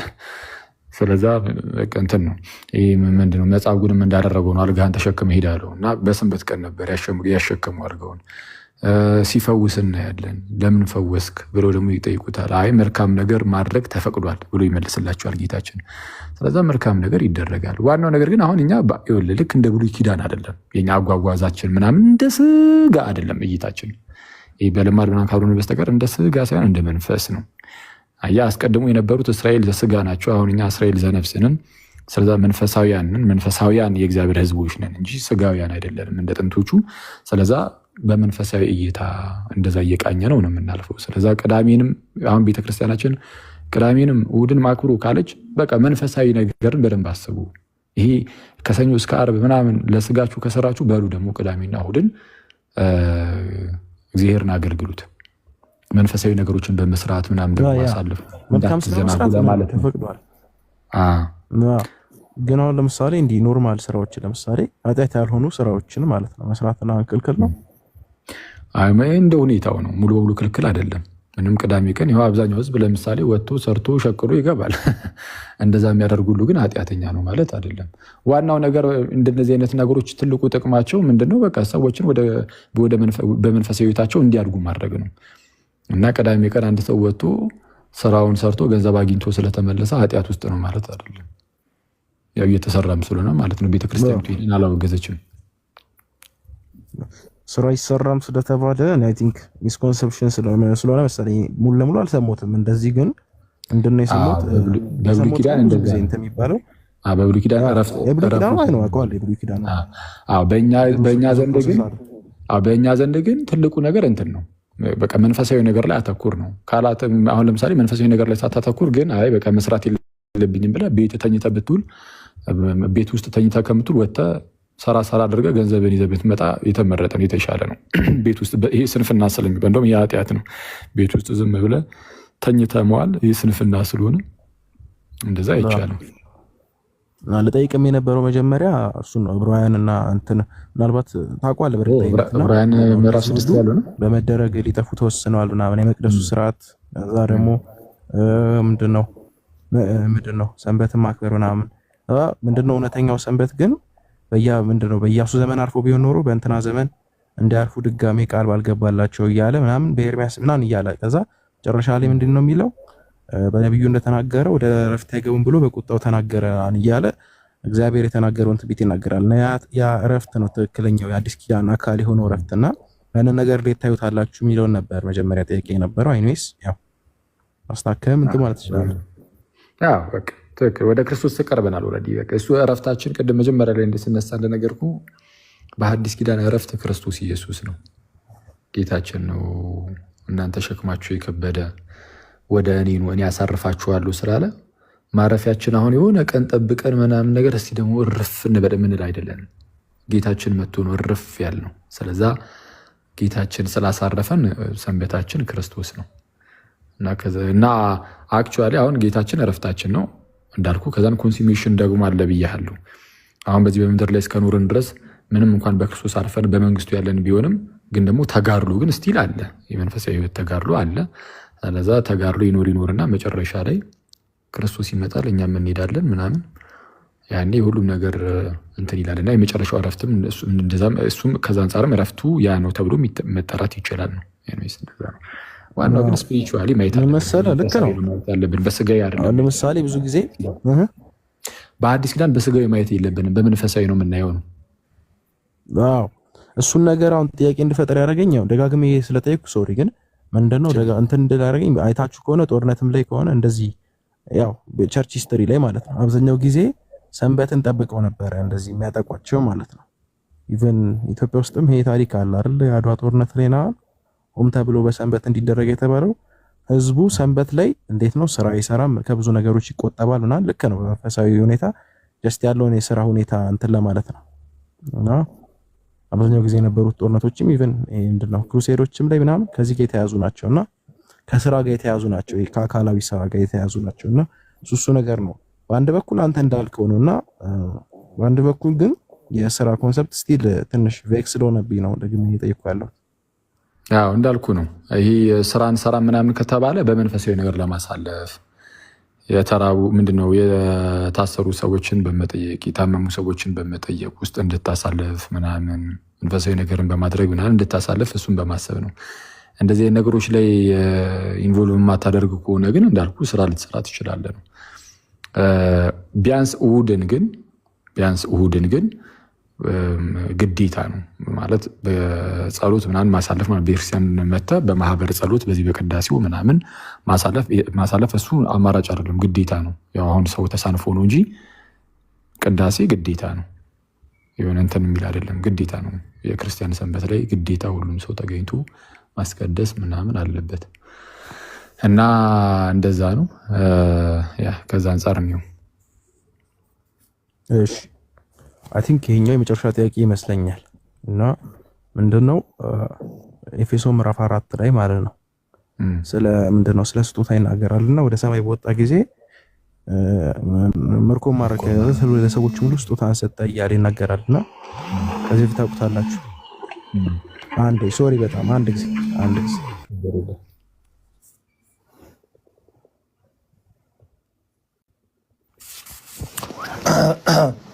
ድምጻችንን አሰማ ሰውዬው እስኪመለስ።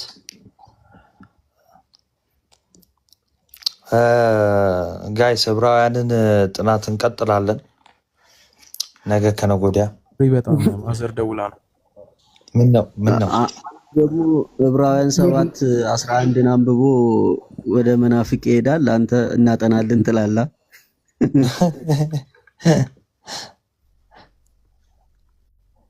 ቀጥል መታል ማዘር ደውላ ነው። ሶሪ ማታስ ነው። ኦኬ ቀጥል። ምንድነው አይ ቲንክ እሺ ስለ አምስቱ እንትን እኛ ጋር ኦፊስ ነው የሚባሉት እና አምስቱ ኦፊሶች ሰምታችሁታል በእርግጠኝነት። እና ከዚህ በፊት እሱ ሹመት እናንተ ጋር የለምና እንዴት ነው እሱ ነገር የሚታየው? እንደ የሐዋርያት የነቢያት ከዛ ወንጌላውያን አስተማሪዎችና መጋቢዎች የሚል እንትን ይናገራልና እነሱ ነገሮች እናንተ ጋር የሉምና ለምንድን ነው የሌሉት? እሺ አይ ኤፌሶን ላይ ለአንዲት ቤተክርስቲያን በቃ እነዚህ ናቸው አምስቱ ናቸው ያሉት ምናምን ተብሎ በዛ መልኩ የተቀመጠ አይደለም። ምንድነው ሰባኪያን አሉ፣ ነቢያት አሉ፣ እንደዚህ ያሉ መምህራን አሉ፣ ሐዋርያት አሉ ምናምን የሚል ቃል ስላለ ብቻ በቃ እነዚህን ዝም ብለህ ፒክ አድርገህ ከሆነች የመጽሐፍ ቅዱስ ክፍል ላይ በቃ እነዚህኛዎቹ ናቸው መስት የሆኑ ምናምን ነገር እንደዛ ማለት አይደለም። እዚሁ በኤፌሶን መልእክት አይ እንደዛ አይደለም። ባይዚ ሽማግሌዎችም አሉ፣ ሌሎችም አሉ፣ ሌሎች መቶች ዲያቆናትም አሉ ምናምን ግን እነዚህ አምስቱ የሉም እናንተ ጋርና እንዴት ነው የሌሉት ነው? አሁን ሐዋርያቱ በነበሩበት ሰዓት ያው ሐዋርያቱ አሉ። ከሐዋርያቱ በኋላ ግን ሐዋርያቱ ካለፉ በኋላ ግን ድጋሚ ሐዋርያት አይመጣም። ድጋሚ ሐዋርያቱ አይመጡም። ለምን መሰለ? እዚሁ አሁን ኤፌሶን ላይ አንተ የጠቀስከው ኤፌሶን ቀደም ብለህ ሁለተኛው ምዕራፍን ስትመለከት በሐዋርያትና በነቢያት መሰረትነት ላይ ታንጻችኋል፣ የማዕዘኑ ራስ ድንጋይ ክርስቶስ ኢየሱስን ይላል እና በማን መሰረት ላይ ነው የሚለው? በሐዋርያትና በነቢያት ለምሳሌ ይላል። በሐዋርያትና በነቢያት መሰረትነት ላይ ታንጻችኋል ነው የሚለው። መሰረቱ ኦልሬዲ ወጥቷል። አሁን ድጋሚ መመስረት አትችልም ይላል። ምንድነው? ልክ በፊት እንደነበሩት ሐዋርያና ነቢያት ነኝ ብለህ መጣህ ማለት አንተ ራስህ መሰረት መሆን ትችላለህ ማለት ነው። ምክንያቱም መሰረት የተባሉት ሐዋርያትና ነቢያት ናቸው። አሁን ተነስተህ ልክ በፊት እንደነበሩት ነቢያት በፊት እንደነበሩት ሐዋርያት ነኝ ካልክ አንተ ራስህ መሰረት መሆን ትችላለህ። ስለዚህ በአንተ መሰረትነት ላይ ሌላው ደግሞ መጥቶ መታነጽ ይችላል ያስብላል። እንደዛ ስታደርግ ደግሞ በጳውሎስ ቃል የተወገዝክ ትሆናለህ። ለምን? ጳውሎስ በመጀመሪያ ቆሮንቶስ መልእክት ላይ እንደሚናገረው ከተመሰረተው በቀር ማንም ሊመሰረት አይችልም፣ ሁሉም በተመሰረተው ላይ ያንጻል የሚል ትምህርትን ስላስቀምጠልን ማለት ነው። ስለዛ ሐዋርያትና ነቢያት መሰረት ከመሆናቸው አንጻር አሁን ድጋሚ አሁን በዚህ ዘመንም ሐዋርያትም ነቢያትም መሆንም የሚቻል አይደለም ነው። ከዛ አንጻር ነው። እሺ ምንድነው እዚህ ጋር አንድ ነገር ላንሳ። የመጀመሪያው ነገር ምንድነው? አንተ እዚህ ጋር ያለው የኤፌሶን መልእክት ነው። ደግሞ ኤፌሶን መልእክት ላይ መሰለኝ ምዕራፍ 2 ላይ አልከኝ አይደል? ምንድነው በሐዋርያትና በነቢያት መሰረት ላይ ታንጻችኋል የሚለው። ከዛ ደግሞ ለዛ ድጋፍ እንዲሆን ደግሞ ከቆሮንቶስ ነው አይጠቀስክልኝ። ቆሮንቶስ ላይ ያለው ለዚህኛው ድጋፍ መሆኑን እንዴት ታየዋለህ የሚለውን አንድ ያዝልኝ። እዛ ሁለት ደግሞ በሐዋርያትና በነቢያት መሰረት ላይ ታነጻችኋል የሚለው ኮንቴክስቱ እንደዛ መሆኑን እንዴት እኔ ማወቅ እችላለሁ። እንዴት እርግጠኛ እንደሆነ እንድታረገኝ ነውና እነዚህ ሁለቱን ያዝልኝ። ከዛ ደግሞ ሶስተኛ ደግሞ እንትን ካለ ደግመላለሁ፣ ድጋሜ ይዘው እየመለስክ ደግመላለሁ። ሶስተኛ ደግሞ ሐዋርያትና ነቢያት ብቻ ሳይሆን ወንጌላውያን አለ፣ ከዛ ደግሞ አስተማሪዎች አሉ፣ ከዛ ደግሞ መጋቢዎች የሚባሉ አሉ። እነዚህ ናቸው እዛ ጋር 5 ብሎ የተናገራቸው። እኛ ጋር እንደናንተ አይደለም የምናያቸው፣ ስፔሻል ተብሎ ነው የሚታዩት። እሱን ሌላ ጉዳይ ነው። ግን አሁን እነዚህ ሶስቱ ማለት ነው በእንትን ደረጃ አሮን ነው አላቅምና እናንተ ጋር ያሉ 3 ናቸው። ምንድነው ዲያቆን፣ ቄስና ከዛ ኤጲስቆጶስ ወይም ምንድነው ጳጳስ ማለት ነውና ልክ ነኝ አይ ቲንክ እንደዛ ነውና ከዛ ውጪ እንደዚህ አይነት እንትኖችን ምንድነው ወንጌላውያን እዛ ምናምን እንደዚህ የሚባሉትም ማለት ነው መጋቢዎች ኢቭን አሻሻሙ ራሱ ይናገራል አይ ቲንክ ጳውሎስ እና መልእክቶቹ ላይ ቦታውን ባላቆም እነሱን ነገሮችን እንዴት ታያቸዋል? 3 ነገር ነው ያነሳሁትና ብትሄድባቸው ደስ ይለኛል። እነዚህ ነው። እሺ ቀጥታ በፊት በመጽሐፍ ቅዱስ ላይ አሁን አንድ ጊዜ በጣም ይቅርታ ማዘር ደውላለች። አንድ ጊዜ ሜቢ አኪ በዚህ አጋጣሚ ማለት በሹመት ደረጃ ያስቀመጣቸዋል። እነዚህ ከዛ ውጪ አሁን ያየናቸው ኤጲስቆጶሳትን፣ ኢልደርሶችና ዲያቆናትን ያስቀምጣል። በሹመት ደረጃ ሐዋርያት እጅ ጭኖ ሲሾሙ በአንደኛ ጢሞቴዎስ ላይ ተገለጸውም በሐዋርያት ስራ ላይ ያለውም ለጳጳሳትና ለኤጲስቆጶሳት ኢልደርሶችን ያስቀምጣል። እዛት ግን ነቢያትን ወይም ደግሞ ማለት ሐዋርያ ነቢያት የተለያዩ ነው በጸጋ የመጀመሪያው እንትን ትልልኛል አልሰማችሁ እንትን ነው አኬ ይሄድበታል። ላኪ አንድ ላይ እንዲያነሳል። እሺ አንድ ጊዜ እሺና ሜቢ አኬ ተረድተኛል።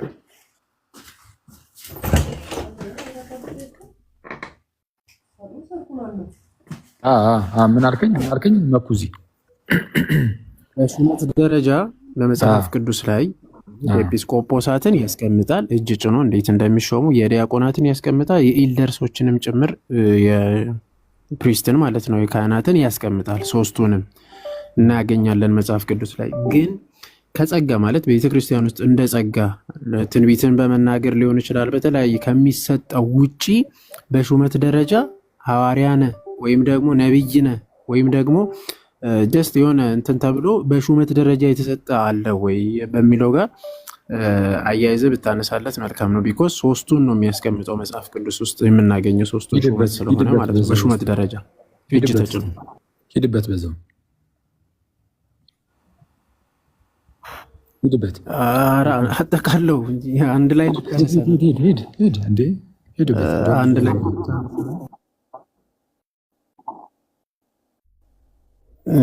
እሺ ይሰማል ወንድሜ? አለ ተመልሳል?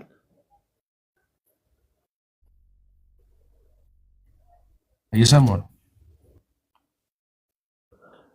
አዎ ሜቢ እያነሳው የነበረ ከተረዳኝ በመጽሐፍ ቅዱስ ላይ ማለት በሹመት ደረጃ የተቀመጡት 3ቱ ናቸው የምናገኛቸው። 3ቱ ናቸው ማለት ኤጲስቆጶሳትን ለምሳሌ የሐዋርያት ሥራ ምዕራፍ 20 ቁጥር 28 ላይ ቀጥታ አስቀምጧል። በመንፈስ ቅዱስ እንዴት እንደተሾሙ ጭምር ስላስቀመጠ ማለት ነው። እንዲሁም ደግሞ ዲያቆናት እንዴት እንደሚሾሙ የሐዋርያት ሥራ ምዕራፍ 7 ላይ እናገኛለን። እንዴት እንደሚሾሙ በሹመት ደረጃ ተቀምጠው ማለት ነው። ኤጲስቆጶሳት ሹመታቸውንም አስቀምጧል። አንደኛ ጢሞቴዎስ ምዕራፍ 3ን ካነበብከው ቃል በቃል ምን መሆን እንዳለበትና ሹመቱንም ጭምር ያስቀምጣል ቅዱስ ጳውሎስም ማለት ነው። ሌሎቹን ግን ማለት አንደኛ ቆሮንቶስ ላይም ያለውም ኤፌሶን ላይም ያለውም በጸጋ ደረጃ ማለት ትንቢትን የመናገር ሊሆን ይችላል፣ ራእይን የማየት ሊሆን ይችላል፣ ላይክ ልሳን እንደመናገር ማለት ልሳን ለሁሉም አሁን በሹመት ደረጃ አይደለም ልሳን የሚሰጠው ወይም ደግሞ በሌላ ቋንቋ መናገር በእንትን ደረጃ ስላልሆነ ማለት ነው። ከዛ አንጻር ምን እያልኩ ነው? በሹመት ደረጃ እጅ ተጭኖ የሚሾም አላገኘንም፣ በመጽሐፍ ቅዱስ ውስጥ የለም። ግን ሌሎቹ ተቀምጧል። በአይነ ሚንስ 3ቱም ኢልደርስ ጳጳሳትና እንዲሁም ደግሞ ዲያቆናት እጅ ተጭኖ እንደሚሾሙ መጽሐፍ ቅዱስ ውስጥ አግኝተናል። ሜቢ ሌሎች ካሉ አለ ካልክ ማስረጃ ብታቀርብልን መልካም ነው።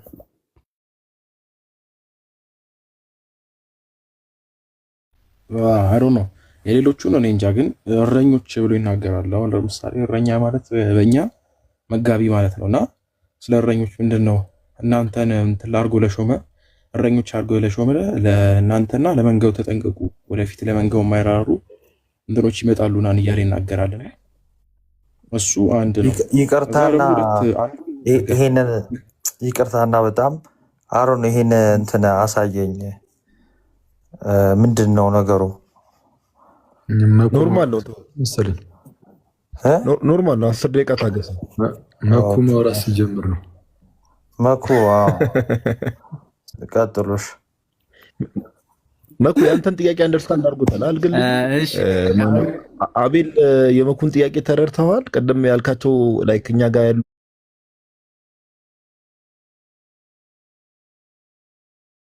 ኦፊሶች ያልካቸው ለምሳሌ በዚህ አምብሮሰድ በሚባሉ ሌይንግ ኦፍ ሃንድስ በሚለው ሹመቶችን እንመለከታለን። ነገር ግን አንተ ያልካቸው ኦፊሶች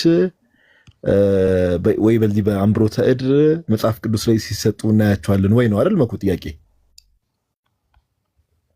አሮን እሱ ነው በዋናነት ያነሳል። ቀጥል እጅ በመጫን የሚሾሙት ማለት ነው። እብን ራሱ ቅድም እያነሳው የሐዋርያት ሥራ ምዕራፍ 20 ቁጥር 27 ላይ ያለው 28 ላይ በገዛ ደግሞ የዋጃትን የእግዚአብሔርን ቤተ ክርስቲያን ትጠብቋት ዘንድ መንፈስ ቅዱስ እናንተን ጳጳሳት አድርጎ ለሾመባት ለመንጋው ሁሉና ለራሳችሁ ተጠንቀቁ ተብሎ የተገለጻለ። አሁን ጳጳሳት አድርጎ ጳጳሳት እረኞች ናቸው። በነገራችን ላይ ቤተ ክርስቲያን ውስጥ እረኛ ተብሎ የሚጠሩት ጳጳሳት ናቸው። ስለዚህ ኦኬ በመጋቢነት ሜቢ ልታቅ ትችላለህ። ጳጳሳት ብሎ ነው ቃል በቃል መጽሐፍ ቅዱስ የሚያስቀምጠው። እዚህም ብቻ ላይ ሳይሆን አንደኛ ጢሞቴዎስን ላንብብልህ አንዴ። አንደኛ ጢሞቴዎስ ምዕራፍ 3 ቁጥር 1 ላይ ማንም ኤጲስቆጶስነትን ቢፈልግ መልካም ስራን ይመኛል የሚለውን ቃል የታመነ ነው። እንግዲህ ኤጲስቆጶስ እንዲህ ሊሆን ይገባዋል፣ የማይነቀፍ አንዲት ሚስት ባል፣ ልከኛ፣ ራሱን የሚገዛ እንደሚገባው የሚሰራ፣ እንግዳ ተቀባይ፣ ለማስተማር የሚበቃ፣ የማይሰከር፣ የማይጨቃጨቅ፣ እነዚህን ያስቀምጣል። ቀጥሎም የዲያቆናትንም ያስቀምጣል እንዴት መሾም እንዳለበት። እንዲሁም ዲያቆናት ጭምቶች፣ በሁለት ቃል የማይናገሩ፣ ለብዙ ወይን ጠጅ የማይጎመጁ፣ ነውረኛ ረብ የማይወዱ። አየ የእነዚህን ቃል በቃል እጅ በመጫን እንደሚሆንና በሹመት ደረጃ ተጠቅሶ የተነገረለት ማናቸው? ሶስቱ ናቸው። ኤልደርሶች አሉ፣ ጳጳሳት ወይም እረኛ አሉ፣ ከዛ ደግሞ ዲያቆናት አሉ። ከዛ ውጪ ግን በሹመት ደረጃ መጽሐፍ ቅዱስ ላይ በተለይ አዲስ ኪዳን ላይ በነብይነት በሹመት ደረጃ እንዲህ አይበሉ በነብይነት ተሹሟል የሚለው አታገኝም። ሜቢ ካለ እንትን ታደርግልኛለህ። ግን እኛ እንዴት እንቀበላለን? እንደ ጸጋ ስጦታ እንቀበላለን። የጸጋ ስጦታ ለምሳሌ ልሳን እንደመናገር መንፈስ ቅዱስ በሹመት ደረጃ ሳይሆን ለልሳን በቃ ይሰጣል። ሌላም ነብይትን ራእይ ማየትን በቃ ይሰጠዋል በመንፈስ ቅዱስ ከጸጋ የተነሳ። ከዛ ውጪ ግን በሹመት ደረጃ እጅ ተጭኖበት ሐዋርያት የሚሾሙበት እንደዛ አይነት አናገኝም ልልህ ሜቢ ከተረዳኝ።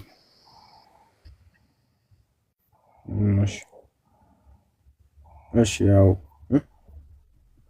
ለጊዜው ይሄ ነው ያለኝ ጥያቄ። እስቲ ሌላ ጊዜ ደግሞ ሌላ ነገር ሲኖር ሜጀር የሆኑ ቶፒኮች ላይ እመጣለሁ። ብቻ ቴንክ ዩ በጣም እንትን ኦኬ ፕሮቴስታንት ነኝ ብለኸኛል አይደል?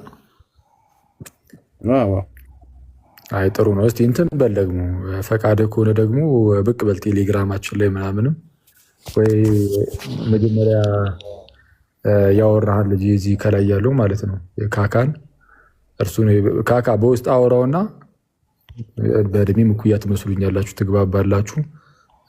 በቃ እናወራለን። ሌላ ጥያቄ ካለም ጠይቀናለን። እሺ እሺ እሺ እሺ ወንድሜ እሺ ቴንክ ዩ